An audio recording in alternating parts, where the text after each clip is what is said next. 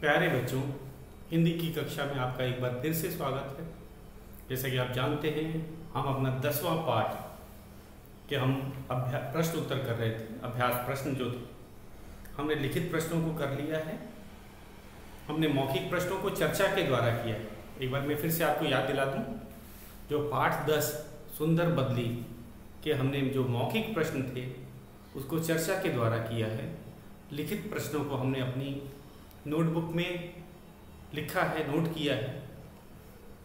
और उसके बाद हमने दूसरा प्रश्न कल किया था, आपको याद होगा, सही उत्तर के सामने टिक लगाओ। ये बहुविकल्पीय जो प्रश्न थे इनको हमने कल किया था। एक बार मैं बता भी देता हूँ, बहुत सरल है। सही उत्तर के सामने सही का निशान लगाओ। क, हवा बदली को लेकर कहाँ नहीं गई? हवा बदली को लेकर कहाँ नहीं गई? इसका उत्तर है, विकल्प थे तालाब, समुद्र, नदी। तो सही उत्तर है समुद्र। हवा बदली को समुद्र लेकर नहीं गई थी। ख है, बदली किसकी बात सुनकर प्रसन्न हुई? बदली किसकी बात सुनकर प्रसन्न हुई? विकल्प थे हमारे पास 3, हवा, बच्चे, बादल। हम जानते हैं इसमें सही विकल्प है बच्चे। बच्चों ने ही बदली को सुंदर कहा था। ग है, पहली बार बदली तालाब में अपनी सुंदरता क्यों न देख पाई?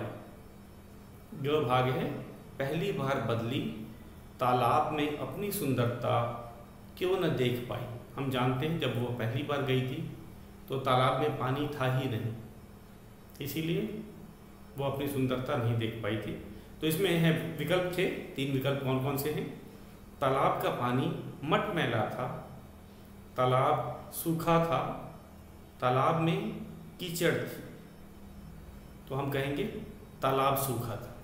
सही विकल्प है तालाब सूखा था, क्योंकि तालाब में उस समय वर्षा नहीं हुई थी, तालाब में पानी नहीं था और तालाब सूखा था। यही सही विकल्प है। अब चलते हैं भाषा से के अंतर्गत। हम जानते हैं हमारे जो पाठ के जो व्याकरण से संबंधित प्रश्न होते हैं भाषा से के अंतर्गत आते हैं। तो हम लिखते हैं भाषा से।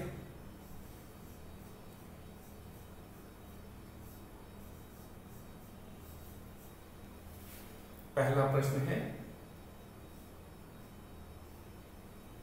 पढ़ो, समझो और लिखो। पढ़ो,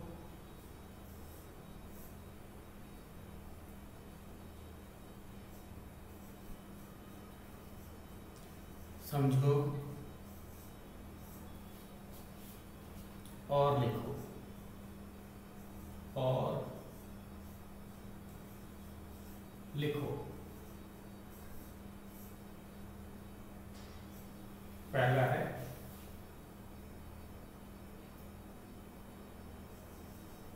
ध में हल लगा है, जमा य, तो ये बनाता है ध्य। ध में किसी, हमने आपको पहले भी बताया था, जिस भी वर्ण में यहाँ पे व्यंजन ध है, व्यंजन हल का निशान लगता है, इसका मतलब है कि वह आधा है, उसमें कोई स्वर का प्रयोग नहीं हुआ है। तो ये है ध्य। इससे बनने वाले और शब्द कौन से हैं? ध्यान,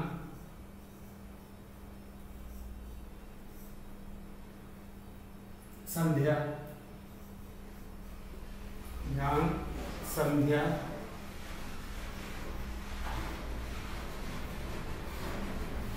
उसके बाद अध्यापक।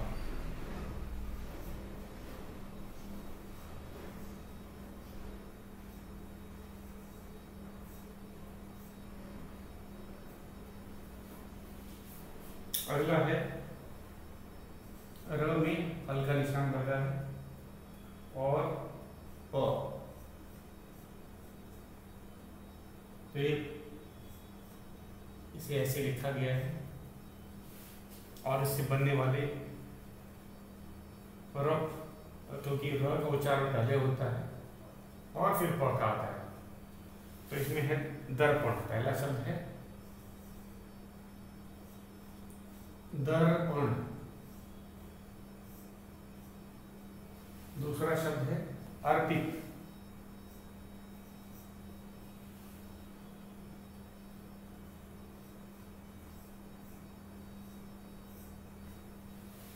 फिर है सर्प, सांप को सर्प भी कहते हैं, ये सांप का पर्यायवाची है सर्प। तो जरा फिर से देखें, पढ़ो समझो और लिखो। पहले आपको इसको रिक्त स्थान दिया गया है, आपको इसको अपने पाठ्य पुस्तक में भी लिखना है। मैं तो बोर्ड पे लिख रहा हूँ, आपको पाठ्य पुस्तक में लिखने के लिए स्थान दिया गया है, आप वहाँ लिखेंगे।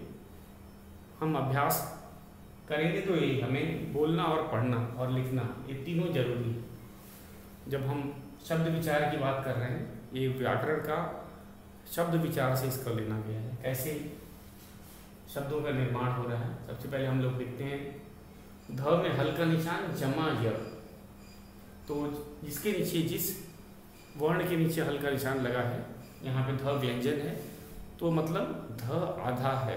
ध क्या है? आधा है।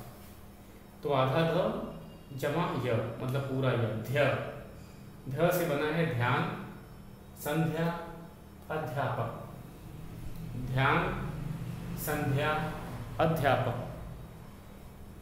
आधा र जमा प, आधा र पूरा प, तो रप, तो रप से बना है दर्पण। हमने बताया है इस र को का उच्चारण नीचे दिया गया व्यंजन जो है उससे पहले ही आता है। तो द के बाद में हम प नहीं पढ़ेंगे, पहले र पढ़ेंगे। दर्पण, तो ये रप जो है ये बना दर्पण। अर्पित, अर्पित हमने पहले अ के बाद में र को पढ़ा, फिर प में छोटी ई की मात्रा। सर्प, स के बाद में र को पढ़े, फिर प, सर्प।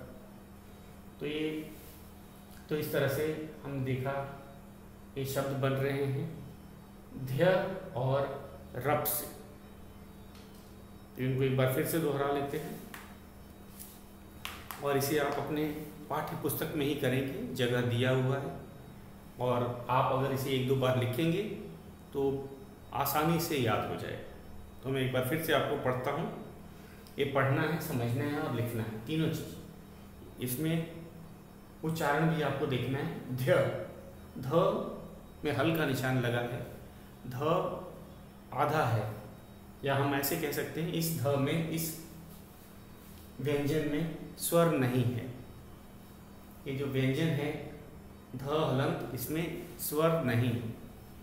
तो ध्य, ध्य से बनने वाले शब्द हैं ध्यान, संध्या, अध्यापक।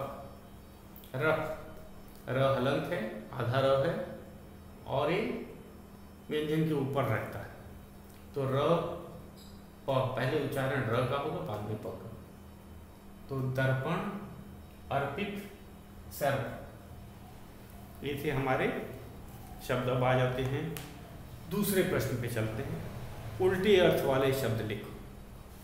हमें उल्टे अर्थ वाला शब्द लिखना है। दूसरे प्रश्न पे चलते हैं, ये भी व्याकरण संबंधित है।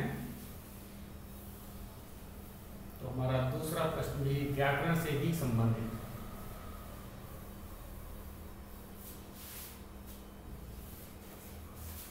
इसको लिखते हैं उल्टे अर्थ वाले शब्द लिखो। उल्टे अर्थ वाले, उल्टे अर्थ वाले शब्द लिखो।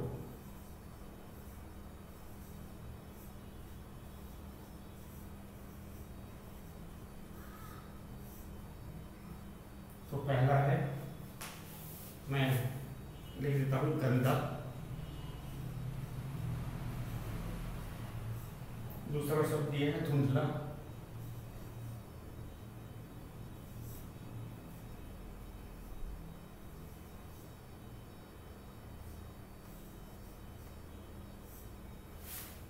तीसरा है सुंदर।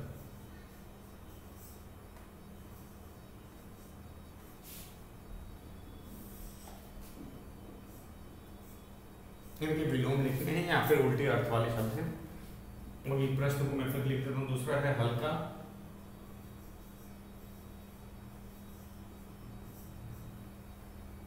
फिर है प्रसन्न,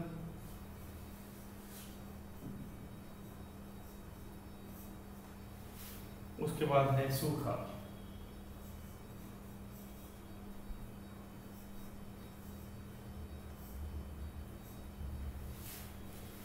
तो गंदा का विलोम शब्द या उल्टे अर्थ वाला शब्द है गंदा का। साफ या स्वच्छ दोनों ही सही है।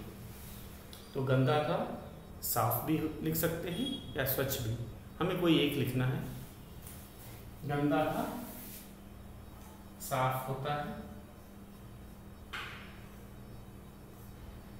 अगर आप चाहें तो इन दोनों में से एक लिखेंगे, स्वच्छ भी मैं लिख देता हूं। लेकिन आपको पुस्तक में कोई एक लिखना है, दोनों नहीं लिखने बच्चों, ये याद रखिए। जो आप एक लिखेंगे। धुंधला का होता है स्पष्ट।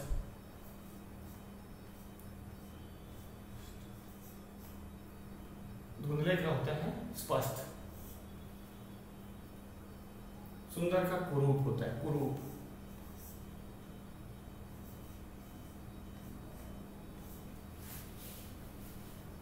हल्का का भारी।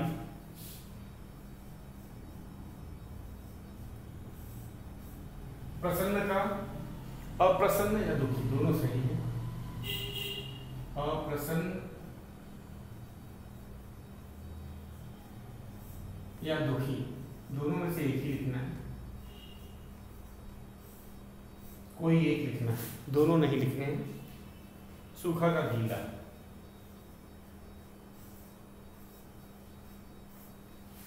सूखा का गीला। एक बार फिर विलोम शब्दों को हम लोग ध्यान से देख लेते हैं। उल्टे अर्थ वाले शब्द लिखने थे हमें। व्याकरण की दृष्टि से इन्हें विलोम भी कहा जाता है। तो गंदा का साफ या स्वच्छ, कोई हम एक लिखें। धुंधला का होता है स्पष्ट। धुंधला का विलोम होता है स्पष्ट। सुंदर का कुरूप। सुंदर का कुरूप। हल्का का भारी। प्रसन्न का अप्रसन्न या दुखी, कोई एक लिखेंगे, दोनों नहीं लिखेंगे। प्रसन्न का अप्रसन्न या दुखी। सूखा का गीला। ऐसे लिख करके याद करेंगे बच्चों। मेरे ख्याल से अब आपको याद भी हो गया होगा, ज़्यादा कठिन तो है नहीं। फिर से एक बार दोहरा देते हैं, शायद आपको याद हो जाए। और ये हम पाठ्य पुस्तक में ही करेंगे, जगह दिया हुआ। उल्टे अर्थ वाले शब्द लिखो। गंदा का साफ अथवा स्वच्छ, कोई एक लिखेंगे। धुंधला का होता है स्पष्ट। धुंधला का स्पष्ट। सुंदर का कुरूप। हल्का का भारी। प्रसन्न का विलोम होता है या उल्टे अर्थ वाला होता है अप्रसन्न या दुखी। सूखा का उल्टा अर्थ होता है गीला। सूखा का गीला। हम अगले प्रश्न की तरफ बढ़ते हैं। अगला हमारा तीसरा प्रश्न है।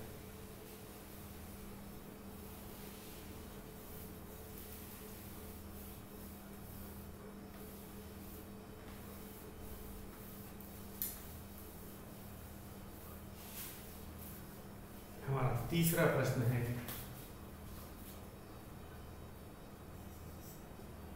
बोल बोलकर पढ़ो और समझो। बोल बोल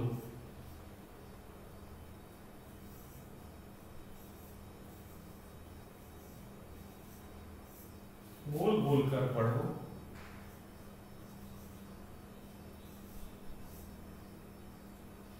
और समझो। और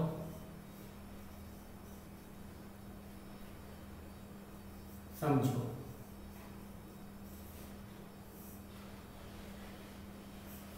तो कौन कौन से शब्द हैं इनको देख लेते हैं। पहला शब्द दिया है मिट्टी, फिर है खट्टा शब्द, शब्द है खट्टा,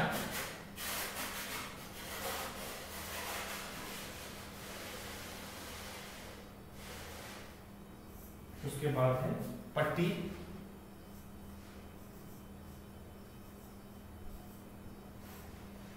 फिर है चट्टान,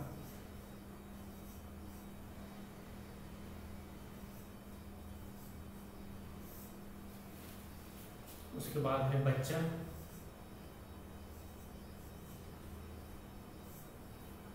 सच्चा,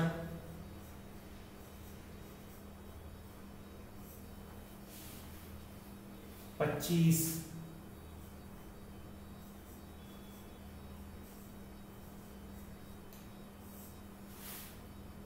और कच्ची।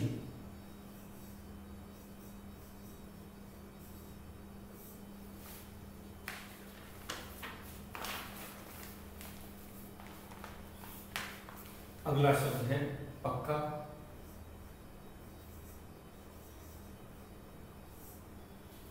चक्की,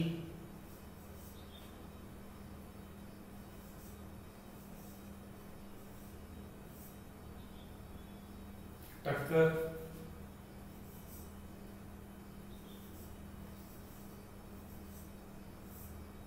फिर है चक्कर,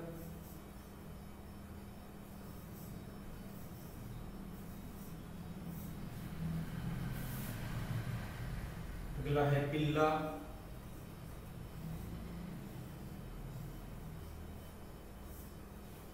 दिल्ली,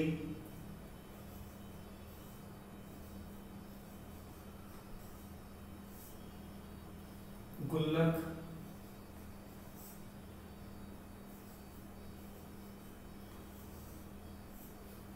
और रसगुल्ला।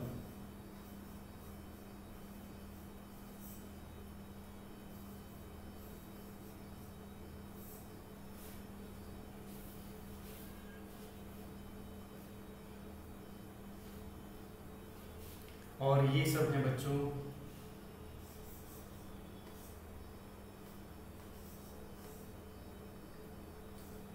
द्वित्व द्वित्व व्यंजन।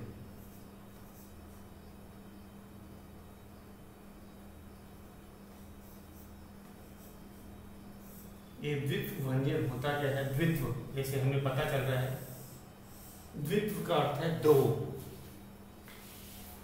द्वित्व का अर्थ होता है दो, दो से ही द्वित्व शब्द बनना है, या द्वितीय हम लोग बोलते हैं दूसरे के लिए। तो द्वित्व व्यंजन मतलब दो व्यंजनों की बात की गई है। जरा पहले हम इसको शब्दों को देखते हैं। हम देख रहे हैं यहाँ पे दो व्यंजन हैं। पहला शब्द है मिट्टी, इसमें आधा ट और ठीक उसके बाद जो हमारा ये दूसरा व्यंजन आधा ट है, हल का निशान मतलब आधा ट, और उसके बाद में दूसरा व्यंजन है पूरा ट। तो दोनों में अंतर क्या है? इसमें स्वर नहीं जुड़ा है। आधे का अर्थ क्या होता है? हल का निशान का अर्थ क्या होता है कि उसमें स्वर नहीं है। तो यही है द्वित्व व्यंजन किसे कहते हैं। तो ये इन सभी शब्दों में एक जैसे व्यंजन जुड़े हैं। तो ये एक जैसे व्यंजन है। पहला आधा क फिर पूरा क, आधा च फिर पूरा च, आधा ट पूरा ट। तो ये सब हम कहेंगे ये सब द्वित्व व्यंजन है। पहला व्यंजन स्वर रहित होता है और दूसरा व्यंजन स्वर सहित होता है। तो इसमें आपने देखा है कि जो व्यंजनों की है, अगर हम किसी की भी बात करें इसमें, जैसे इसमें च का मतलब, आधा च का मतलब इसमें स्वर रहित है, स्वर है नहीं है। और दूसरा वाला च है स्वर, इसमें स्वर सहित है। तो यही इनकी निशानी होती है द्वित्व व्यंजन की। पहला वाला ट स्वर रहित है, दूसरा वाला ट स्वर सहित है। पहला वाला जिसमें टक्कर में पहला वाला जो क है स्वर रहित है, इसमें अ नहीं है, इसीलिए आधा क बोला या लिखा जाता है, और दूसरे वाले क में अ जुड़ा हुआ है, इसीलिए स्वर सहित है। तो इन द्वित्व व्यंजनों की खासियत क्या होती है? इसमें जो पहला वाला व्यंजन है वह स्वर के बिना होता है, या हम आम भाषा में कहते हैं स्वर रहित। लेकिन जो दूसरा वाला व्यंजन होता है वो स्वर के साथ होता है, तो हम कहेंगे स्वर सहित। तो यही है द्वित्व व्यंजन। इन शब्दों में द्वित्व व्यंजन का प्रयोग हुआ है। द्वित्व व्यंजन में जो पहला वाला वो व्यंजन होता है वह स्वर रहित होता है, मतलब स्वर के बिना, और दूसरा वाला व्यंजन स्वर सहित होता है, मतलब स्वर के साथ। तो यही है। इन शब्दों को हम पहले पढ़ते हैं बोल बोल कर, फिर हमें समझ आ जाएगा। तो इसको पढ़ने का काम शुरू करते हैं। द्वित्व व्यंजन वाला बोल बोल कर पढ़ो और समझो। तो द्वित्व व्यंजन के बारे में ये बताया गया है, और ध्यान से आप प्रत्येक शब्द को देखेंगे। पहला वाला जो व्यंजन है शब्द में, जैसे मिट्टी, हम मिट्टी की बात कर रहे हैं, तो इसमें जो पहला वाला व्यंजन ट की बात कर रहे हैं, ट, यह स्वर के बिना है। हल का निशान मतलब होता है आधा, आधा व्यंजन, और दूसरे वाला जो ट है स्वर के साथ है, स्वर रहित। और उसके बाद अगला वाला व्यंजन जो कि फिर उसकी पुनरावृत्ति हो रही है वह स्वर सहित होगा। तो मिट्टी, खट्टा, पट्टी, चट्टान, पच्चा, सच्चा, 25, कच्ची, पक्का, चक्की, टक्कर, चक्कर, पिल्ला, दिल्ली, गुल्लक, रसगुल्ला। रसगुल्ला में ये जो ल है पहला वाला स्वर रहित है, स्वर के बिना। दूसरा वाला ल है वो स्वर सहित है, तो स्वर के साथ। तो यही होता है द्वित्व व्यंजन। ये सब क्या कहलाते हैं? द्वित्व, मतलब दो व्यंजन एक साथ हैं, लगातार हैं, लेकिन जो पहला वाला व्यंजन है उसमें स्वर नहीं है, स्वर रहित है वो। दूसरा व्यंजन है स्वर सहित है, मतलब स्वर के साथ है। तो आज हम जान गए द्वित्व व्यंजन के ये शब्द हैं, कि जितने भी शब्द लिखे गए हैं ये द्वित्व व्यंजन के शब्द हैं। इनमें हमने देखा जैसे मिट्टी में जो पहला ट है वो स्वर रहित है, लेकिन जो दूसरा वाला ट है वो स्वर सहित है, स्वर के साथ है।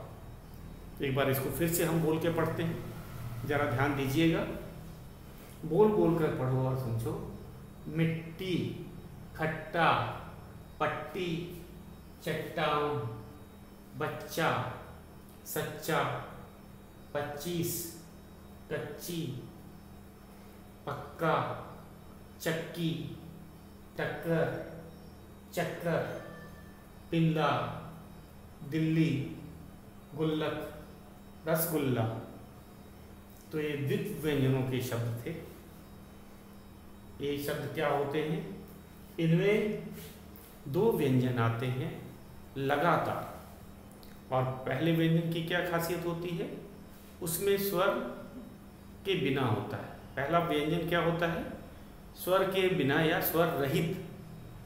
दूसरा व्यंजन जो लगातार आ रहा है, हमने कहा ना दो व्यंजन लगातार आते हैं। पहला वाला स्वर के बिना होता है और दूसरा वाला व्यंजन स्वर के साथ होता है, स्वर सहित उसे बोला जाता है। स्वर के बिना वाले को स्वर रहित और स्वर के साथ वाले को स्वर सहित कहा जाता है।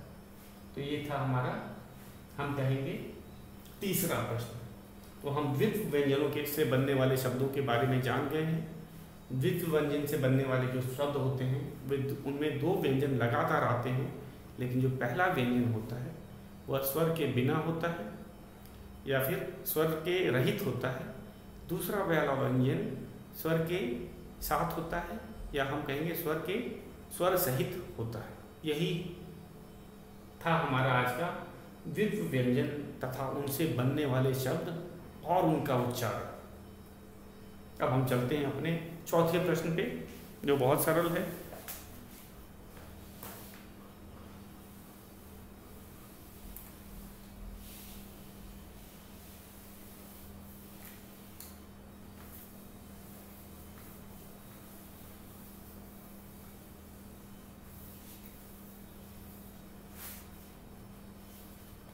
चौथा प्रश्न है, जोड़े बनाकर लिखो। जोड़े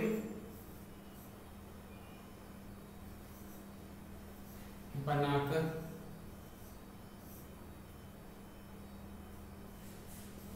लिखो। तो पहले कौन कौन से हैं मैं लिख देता हूं। प्यासी,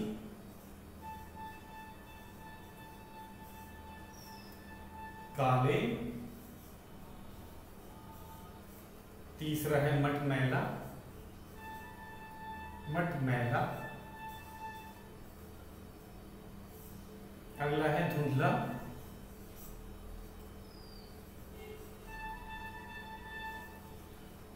अगला है धुंधला, उसके बाद में है झूमते, झूमते। दूसरी सूची दे रखी है पानी, दूसरी सूची है पानी, पानी, उसके बाद में है पेड़, दर्पण, धरती। पानी, पेड़, पेड़, पेड़, दर्पण और धरती। दर्पण, दर्पण, दर्पण, धरती, दर्पण, धरती और बादल, बादल। अब हम इनके जोड़े बना करके लिखेंगे। ये जोड़े कौन कौन से हैं? जैसे प्यासी, धरती। प्यासी क्या होगा? प्यासी, धरती। ये हम अपने पाठ्य पुस्तक में ही कर लेंगे। ये हमें दे रखा है, स्थान दे रखा है, तो हम काले बादल। अगला वाला है काले बादल।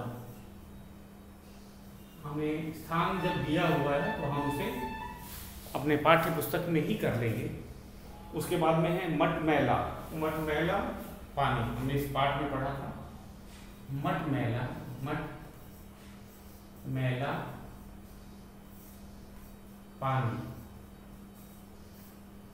उसके बाद आगे चलते हैं। मटमैला पानी के बाद में धुंधला दर्पण, धुंधला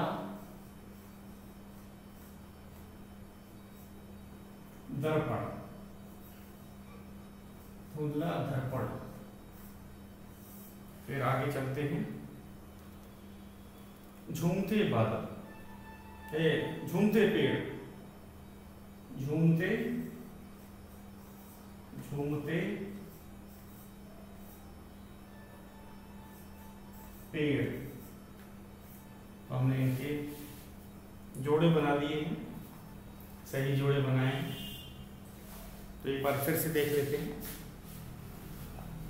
तो पहला वाला था हमारा